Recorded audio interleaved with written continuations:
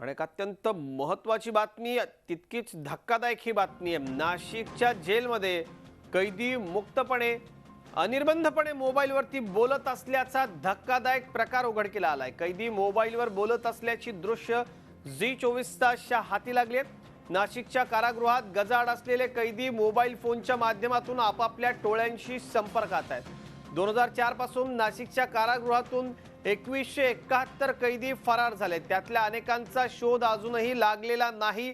या प्रकरणामुळे आता या सगळ्याचं गांभीर्य आणखी वाढलंय। कैद्यांना मोबाईल नेऊन देण्यात पोलीस कर्मचारी आणि अधिकाऱ्यांचा समावेश असल्याचं बोललं जात आहे।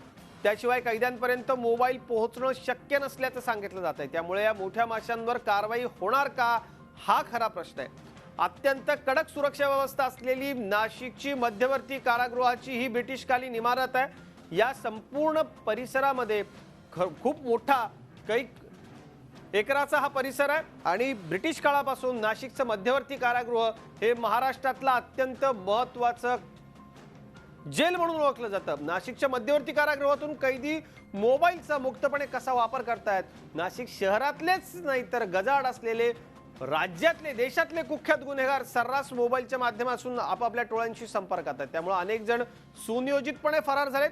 मोबाईलच्या मुक्त वापराची दृश्य झी 24 तासच्या हाती लागलेत। त्यामुळे हे कारागृह आहे की कैद्यांचं नंदनवन, असा प्रश्न यामुळे निर्माण होतो। पाहूयात हा एक्सक्लुझिव्ह रिपोर्ट।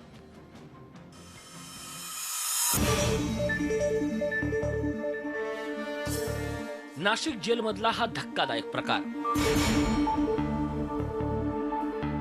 नाशिक जेलमध्ये कैदी सर्रास फोनवर बोलतायत। जेलमध्ये फोन वापरण्यावर बंदी असतानाही कैद्यांकडे मोबाईल फोन। जेल प्रशासनाच्या भोंगळ कारभाराचा हा धक्कादायक नमुना। दहशतवाद्यांच्या हिटलिस्टवर असलेल्या महाराष्ट्र राज्यातल्या सुरक्षा यंत्रणेची पोलखोल करणारा हा धक्कादायक प्रकार पहा। नाशिक मध्यवर्ती कारागृहात अनेक गंभीर गुन्ह्यातले कैदी आहेत। त्यांच्या टोळ्याशी या मोबाईल फोनच्या माध्यमातून खुलेआम संपर्क आहे। 4 महिन्यापूर्वी याच कारागृहातून वकील पल्लवी पुरकायस्थ हत्या प्रकरणातला दोषी सज्जाद पठाण पॅरोलच्या रजेवर जाऊन फरार झाला। या प्रकरणात एका जेलरला निलंबित करण्यात आलंय। सज्जाद पठाण एकटाच नाही तर या जेलमधून तब्बल 17 आरोपी फरार झालेत। त्यातले बहुतांश जन्मठेप आणि गंभीर गुन्ह्यातले आहेत। नाशिक कारागृहातून आतापर्यंत 2012 मध्ये 2897 आरोपी रजेवर गेले। त्यातले 198 फरार झाले। त्यातल्या 41 जणांना पकडणं शक्य झालं। 2013 मध्ये 1519 जण रजेवर गेले। त्यातले 305 जण फरार झाले। त्यापैकी 66 जणांना पकडता आलं। तर 2014 मध्ये 259 जण रजेवर गेले। त्यापैकी 58 जण फरार झाले तर 43 जणांना पकडणं शक्य झालं। 2014 पासून आतापर्यंत नाशिक कारागृहातून 2171 कैदी फरार झाले। 2014 ला 4 मोबाईल, 2015 ला 6 मोबाईल आणि आता करंट 2016 मध्ये आमच्याकडे अशा 7 केसेस दाखल झालेल्या आहेत, ज्याच्यामुळे कैद्यांकडून इल्लिगली मोबाईल हस्तगत केले। कोर्टामध्ये जेव्हा काही एव्हिडन्स हे करायला किंवा साक्ष द्यायला किंवा जेव्हा त्यांना कोर्टात बोलवलं जातं, जेव्हा ते जातात तर ते आपल्याला कोर्टाबद्दल खूप आदर आहे असं सांगून ते त्यांच्या चपला बाहेर काढतात आणि जेव्हा ते कोर्टातून बाहेर येतात तेव्हा ते वेगळ्या चपला जे ठेवलेल्या असतात आणि त्या चपला त्या जेलमध्ये घेऊन जातात। असे देखील केसेस पकडलेले आहेत। त्या सहसा कोल्हापुरी चपला असतात आणि त्या कोल्हापुरी चपलांच्या मध्ये ब्लेडने कट करून आतमध्ये गांजा वगैरे भरलेला असतो। तसं देखील आमच्या निदर्शनास आलेलं आहे।